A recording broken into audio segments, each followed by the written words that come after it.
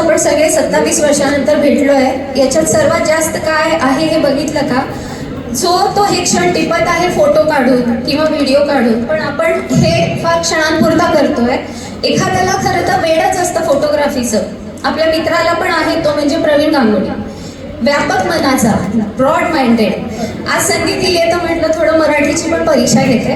कॅमेरामधून जसा व्यापक दृष्टिकोन मिळतो तसाच याचाही दृष्टिकोन या छंदामुळे त्याचा स्वभावही उत्तम आणि अतिशय मिसळून वागण्याचा आहे.